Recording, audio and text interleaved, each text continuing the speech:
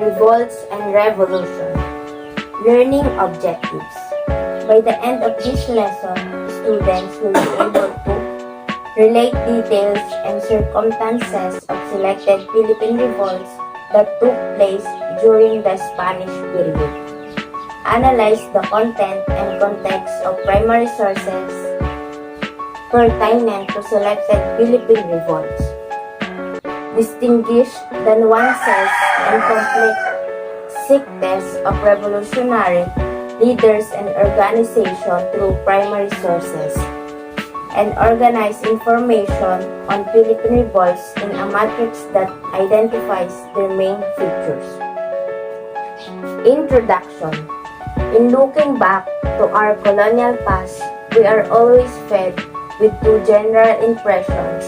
First, that the colonizer endeavored to subjugate the Filipinos and to impose the Spanish Catholic faith had been smooth sailing until the resistance by the Ilustrados and the Katipuneros in the last years of the Spanish period. And second, that all of the historical figures that made it to the pantheon of our heroes were totally incorruptible noble. Sa pagbabalik tanaw sa ating kolonyal na nakaraan, palagi tayong pinapakain ng dalawang pangkalahatang impresyon. Una, ang mga kolonisado ay nagsusumikap na sakupin ang mga Pilipino at upang ipataw ang pananampalatayang Katolikong Espanyol ay naging maayos hanggang sa paglaban ng mga Ilustrado at ng mga Katipunero noong huling bahagi. At pangalawa, ang lahat ng mga makasaysayang figura na nakapasok sa panteon ng ating mga bayani ay lubos at walang kasiraang marangal.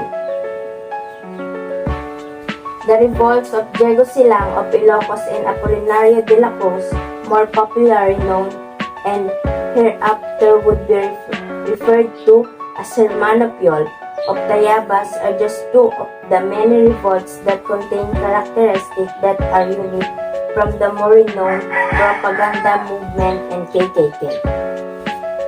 In this lesson, we will look closely at two revolts by having a keener reading of primary sources that were important in both events. We will also revisit the KKK and the Philippine Revolution by going back to relevant documents and accounts. Ang mga pag-aalsa ni Diego Silang ng Ilocos at Apolinario de la Cruz, na mas kilala at pagkatapos ay tawagin na bilang Hermano Piol ng Tayabas, ay dalawa lamang sa maraming pag-alsa na naglalaman ng mga katangian na kakaiba sa mga kilalang kilusang propaganda at KKK. Sa araling ito, titingnan nating mabuti ang dalawang pag-alsa sa pamamagitan ng pagkakaroon ng mas malalim na pagbabasa ng mga pangunahing mapagkukunan na mahalaga sa parehong mga kaganapan. Muli rin nating babalikan ang KKK at ang Philippine Revolution sa pamamagitan ng pagbabalik sa mga kaukulang dokumento at account. Diego Silang's letter to the British. Diego Silang was born in the province of Pangasinan. He was orphaned at a young age and lived with the parish priest of Bigan. Working as a messenger, he frequently traveled to Manila while receiving considerable education under the friars. He married a young widow from an affluent background, Gabriela. One of the most significant contexts of Silang's revolt, unknown to many students, was the brief British occupation of Manila in 1762. This often neglected brief period of Britain's capture of Manila from Spain was a critical juncture in the history of a colony as it posed Spain's weakness and vulnerability not just to its fellow European powers but also to the natives. It was humiliating how easily the British invaded the capital of the colony. Si Diego Silang ay isinilang sa lalawigan ng Pangasinan. Siya ay naulila sa murang edad at nakatira sa Cura Paroko ng Vigan. Ang pagtatrabaho bilang isang sugo ay madalas na naglalakbay sa Maynila habang tumatanggap ng monthly edukasyon sa ilalim ng mga private. Nagpakasal siya sa isang batang balo mula sa isang mayamang background na si Gabriela. Isa sa pinakamahalagang konteksto ng pag-alsa ni Silang na hindi alam ng maraming estudyante ay ang panandaliang pananakop ng mga British sa Manila noong 1762. Ang madalas na napapabayaan na maikling panahon ng pagbihag ng Britanya sa Manila mula sa Espanya ay isang kritikal na yugto sa kasaysayan ng kolonya habang inilantad nito ang kahinaan ng Espanya. Hindi lamang sa mga kapangyarihang European nito, kundi pati na rin sa mga katutubo. Nakakahiya kung gaano kadaling sinalakay ng mga British ang kabisera ng kolonya. Witnessing the invasion, Silang felt that the Ilocanos needed to protect themselves from the British because Spain could not defend them. The quit easily for Silang to rally people behind him. Silang insisted that since the British captured the power of the Spaniards, the people should stop paying their taxes and instead focus their resources on defending themselves from the British who would take their Catholic faith away from them.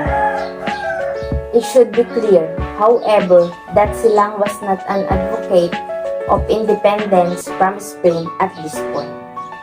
Historian Renato Constantino saw the first phase of Silang's revolt at reformist. However, when Spanish authorities refused to give it to his particular demands such as the replacement of the current Alcalde Mayor Antonio Zabala to Tomas Milang, the old guardian of Gabriela, the abolition of personal services, and the expulsion of all Spaniards and Spanish mestizos in his province, Silang started to take bolder action. Nasaksihan ang pagsalakay, nadama ni Silang na kailangang mga Ilocano na protektahan ang kanyang sarili mula sa mga British dahil hindi sila kayang ipagtanggol ng Espanya. Ang klima ng pagkabalisa na dala ng balita ng pagbaksak ng Manila ay naging madali para sa kanya na mag-rally ng mga tao sa likod niya.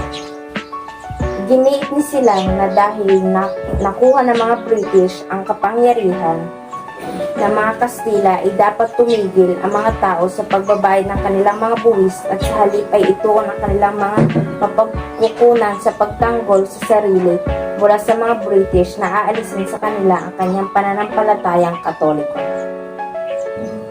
Dapat maging malinaw, gayunpaman na hindi sila tagapagtaguyod ng kalayaan mula sa Espanya. Sa puntong ito, ang pananalaysay na si Renato Constantino, kaya ang unang puwang ng pag-alsa nila bilang reformista, gayunpaman nang ang mga autoridad ng Espanya ay tumanggi na sumuko sa kanilang mga partikular na kahilingan tulad ng pagpapalit ng kasalukuyang Alcalde Mayor Antonio Zabala kay Tomas Milang, ang matandang tagapag-alaga ni Gabriela. Ang pag-aalis ng mga personal na serbisyo at ang pagpapatalsik sa lahat ng mga Espanyol at mga Espanyol na mestizo sa kanyang lalawigang lupain ay nagsimulang kumuha ng mga bolded na direksyon. For instance, he expelled the alcalde and all of the Spaniards from Vigan when his fellow principales refused to support his anti-Spanish individuals.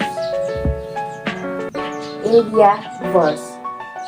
He ordered the abolition of tributes, forced labor, and freed the people from obligation to serve the Principales. Silang also Ustares resisted Silang and declared himself the head of Ilocos. Silang had him and all other religious people imprisoned. Constantino surmised that Silang could have turned into a real leader of the people, struggling against all oppressors, especially when he started moving against his fellow principales. Unfortunately, upon receiving an ultimatum from the Spaniards, Silang turned to the British for protection. This act is an unknown aspect of the Silang Revolt. From the first phase of his revolt, where he intended to protect the Spanish crown and the church from the British invaders, he proclaimed allegiance to the British and sought their protection. This allegiance is best demonstrated in the letter that Silang wrote to the British governor of Manila. Thou son Drake, Silang flattered the British and offered his allegiance. Halimbawa, pinatalsik niya ang alkalde at ang lahat ng mga Espanyol mula sa Bigan nang tumanggi ang kanyang mga kapwa punong guro na suportahan ang kanyang mga pagsusumikap laban sa mga Espanyol. Iniutos niya ang revolusyon ng tribute force, labor at palayain ng mga tao mula sa kanilang obligasyon na pagsilbihan ang mga prinsipales. Nagpapataw din sila ng multa na 100 piso sa bawat pari noong nilabanan sila ni Bishop Bernardo Ustares at idinilkara ang kanyang sarili na pinuno ng Ilocos. Silang ipinakulong siya at lahat ng iba pang relihiyosong tao. Constantino surmised that Silang could have turned into a real leader of the people struggling against oppressors, especially when he started moving against his fellow principales. Unfortunately, upon receiving an ultimatum from the Spaniard, Silang bumaling sa British for protection. Ang mga gawaing ito ay isang hindi kilalang aspeto ng pag-aalsa mula sa unang yugto ng kanyang pag-aalsa, kung saan nilayan niyang protektahan ang korona ng Espanyol sa simbahan mula sa mga mananakop na British. Nagpahayag siya ng katapatan sa mga British at humingi ng proteksyon sa kanila. Ang katapatan nito ay pinakamahusay na ipinakita sa liham na isinulat ni Silang sa British Governor ng Manila, Dawson Drake. Silang nambobola ang British at nag-alok ng kanyang katapatan. Diego Silang letter to the British.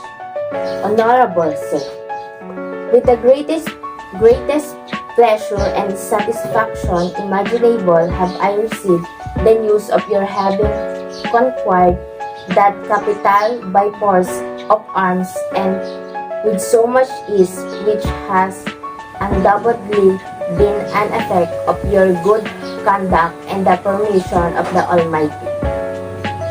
I have been informed that, notwithstanding the fatal misfortune of that city, your lordship is endowed with so many great qualification and compassion, has behaved in the most generous manner to the poor Indians who were within and out of the town, paying them punctually for their labor without requiring any other acknowledgement than they should obey and be loyal as they should to His Majesty George III, King of Great Britain, whom God preserve, and for such obedience your lordship has been pleased to allow them their freedom to enlarge their trade and commerce for their own benefit, to clear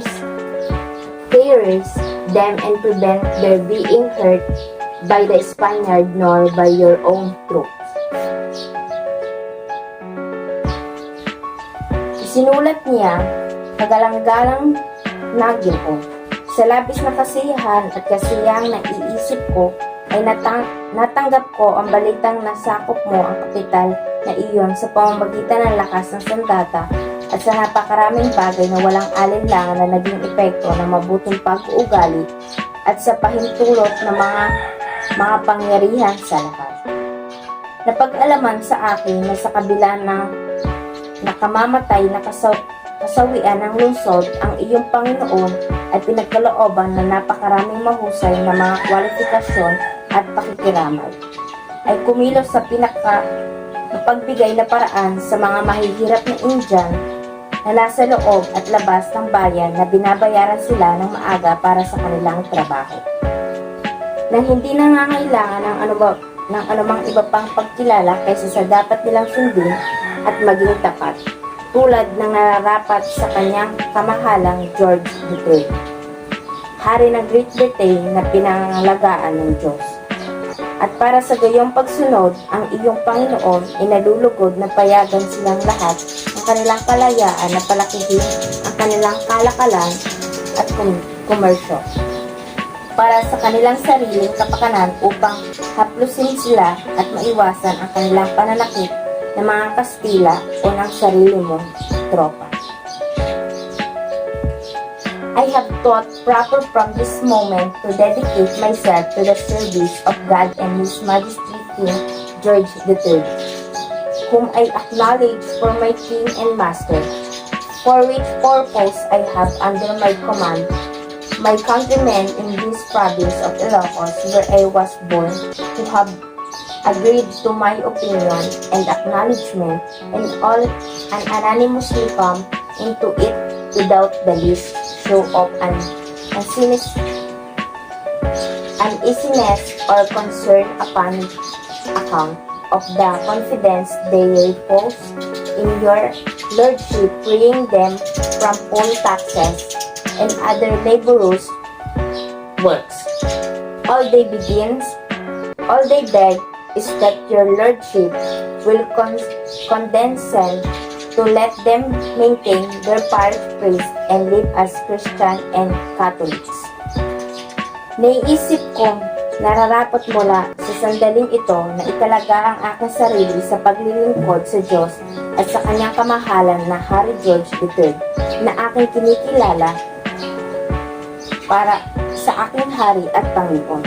Para sa layuning ito ay nasa ilalim ang kanyang pamumuno ang aking mga kababayan sa lalawigang ito ng Ilocos, kung saan ako isinilang na sumang-ayon sa aking opinyon at pagkilala at lahat na nagkakaisang pumasok dito nang walang kahit katiting na pagkabalisa o concern account of the confidence of the rest in your lordship, freeing them from poll taxes and other laborious works.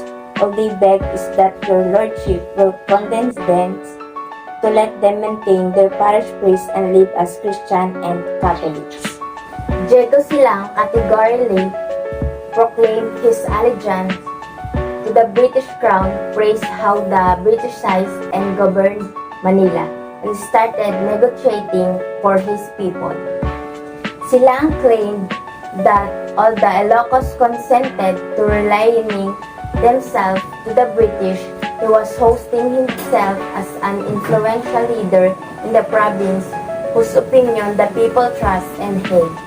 He furthered his persuasion by offering Governor Drake to fight the Augustinian friars for them and by enumerating the gifts that he had sent them.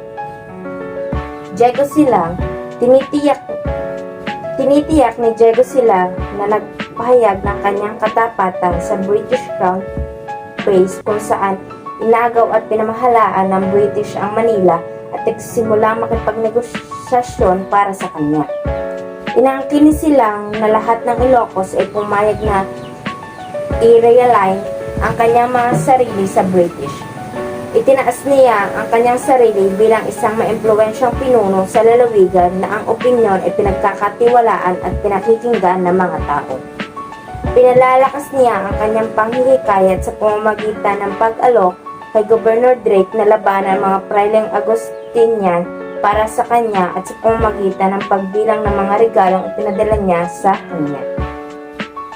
He continues, "As I am informed your lordship is highly incensed against the Augustinian friars upon account of the obstacle they put to your progress. If your lordship pleases, I will seize them and secure them here and have them ready whenever your lordship pleases to demand them. Many were the wrongs we have received from them, and they have pursued us as if we were wild boars." Diego Silang ended the letter with the salutation, "Your lordship's most faithful subject."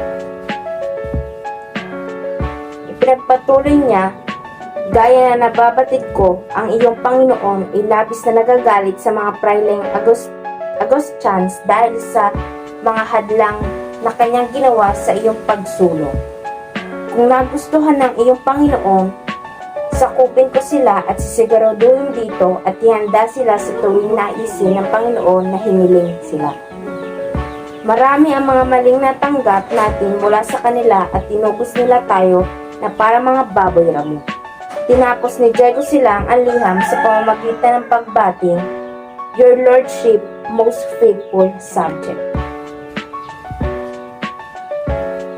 Diego Silang's letter revealed several insights about the fame revolt in Ilocos in the 18th century, the most critical of which was Silang's fervent submission to the British after Spanish authorities gave him an ultimatum.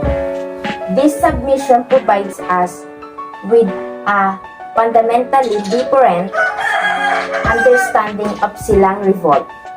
While it is true that Silang advocated against tribute and forced labor and was critical of the clergy, his conviction did not possess an anti-colonial character. In the process of going against the Spanish colonizers and their policies, he was willing to make himself and province subject to another colonial power. It shows that despite his apparent radicalization of going after the clergy and the Principalia, Silang did not have a vision that exceeded his agenda for Vigan and Ilocos. Diego Silang. Sa liham ni Diego Silang ay nagpapahayag ito ng ilang mga pananaw tungkol sa sikat na pag-aalsa sa Ilocos noong ika-18 siglo. Ang pinaka-critical ay ang taimtim na pagsuko ng Silang sa British matapos silang bigyan ng ultimatum ng mga autoridad ng Espanyol. Ang pagsumiting ito ay nagbibigay sa atin ng panimula na naiibang pangunawa sa Silang pag-alsa. Bagamat totoo na sila ay nagtataguyod laban sa pagpupugay sa sapilitang paggawa at naging mapanuri sa mga klero, ang kanyang paniniwala ay hindi nagtataglay ng katangiang anti-kolonyal sa proseso ng pagkontra sa kolonyalistang Espanyol at sa kanyang mga patakaran. Handa siyang ipailalim ang kanyang sarili sa kanyang probinsya sa isa pang kolonyal na kapangyarihan. Ito ay nagpakita na sa kabila ng kanyang mistulang radicalization ng paghabol sa klero at prinsipalyo. Si Silang ay walang pananaw na lumampas sa kanyang agenda para sa Vigan at sa Ilocos.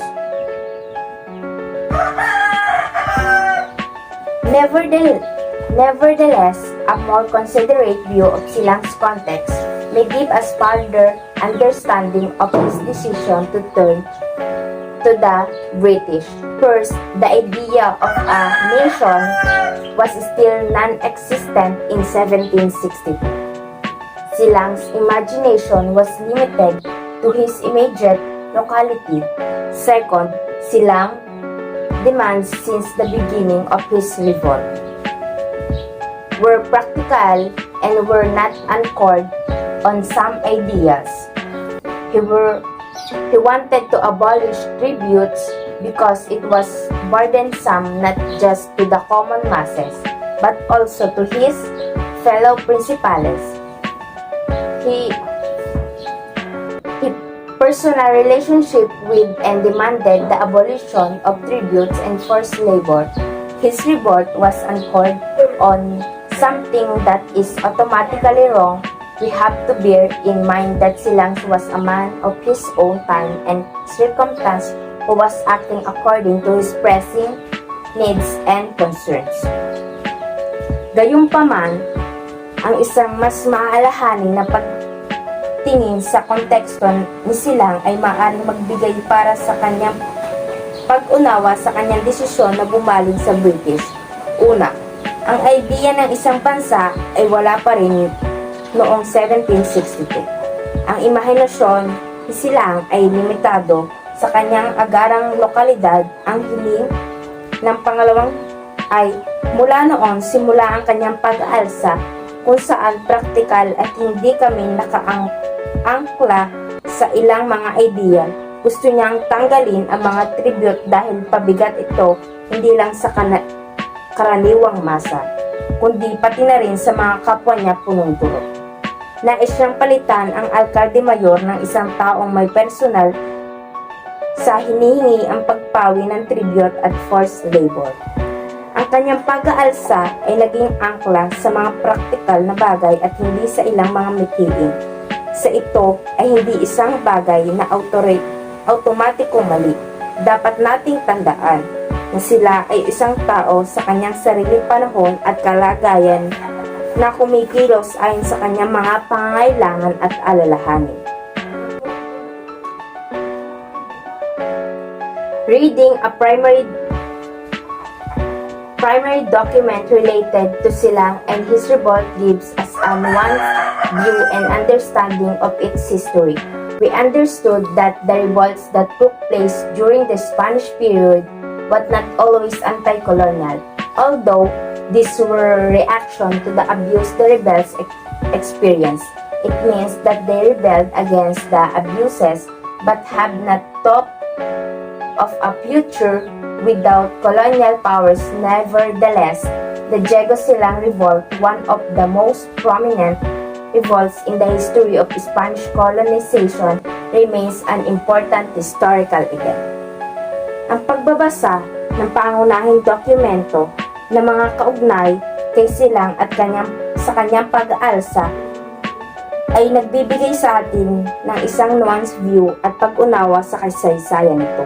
Nauunawaan namin na ang pag-aalsa na naganap noong panahon ng mga Espanyol ay hindi kami palaging anti-colonial, bagamat ito ay mga reaksyon sa mga inabuso na naranasan ng mga rebelde.